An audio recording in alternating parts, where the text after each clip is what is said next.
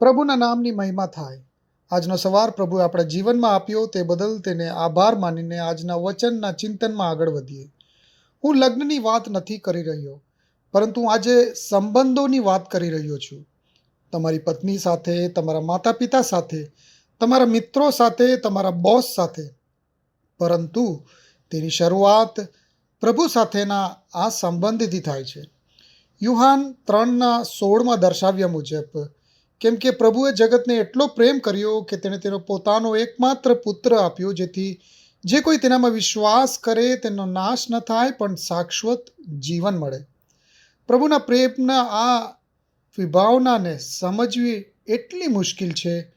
પ્રભુ આપણને પ્રેમ કરે છે, જેનો અર્થ થાય છે કે તે પોતે જ આપણને બાંધે છે અથવા પ્રેમથી આપણે તેમની જોડે બંધાઈ જાય છે. પુનર્નિયમ 10:15 આ વચન પ્રકારમાં છે કે તેમ છતાં યહોવાનો તમારો પિતૃઓનો પરનો પ્રેમ એટલો તો દૃઢ હતો કે તેણે બધી પ્રજાઓમાંથી તમને વંશજોને તમને પસંદ કર્યા, અને આજે પણ તમે એની પસંદ કરેલી પ્રજા છો. જ્યારે હેબ્રુએ તેને આ વાત સાંભળ્યું ત્યારે પ્રભુ વિશે તેઓ એમ કહેતા કે પ્રભુ પોતાની જાતને તેના લોકો સાથે બાંધે છે. પ્રભુ તમને પ્રેમ કરવા માટે બનાવ્યા છે. પ્રભુ તમારા માટે છે. તે તમારા માટે મૂળ છે. તમે નિષ્ફળ થાઓ ત્યારે પણ, તમે પાપ કરો ત્યારે પણ, તમે પ્રભુની અપેક્ષામાં ગુસ્સેથી ભરાયેલા પ્રભુ તરીકે રાખ્યા હશે. એમ એવા પ્રભુની અપેક્ષા રાખીએ છીએ કે જે પણ કર્યું તે બધું, અને તમારા મમ્મી પપ્પાએ કર્યું અથવા તમે જે કર્યું તે પાપ માટે તમને દંડ ભોગવવું જોઈએ તેવા એક વહેમમાં તમે હશો. પ્રભુ આ દુનિયાને એટલો પ્રેમ કરે છે કે તેણે તેની નિંદા ન કરી, પણ તેને તેનો પુત્ર આપ્યો. ઈશુએ નરક આખા પ્રવેશ દ્વાર પર પ્રવેશ ન કરો તેવા ચિહ્ન મૂક્યા, અને તે આજે પણ જવા માગનારાઓને એમ જાહેરાત કરે છે કે જો તમે જાઓ તો તમે મારા મૃત શરીર પર જવું પડશે.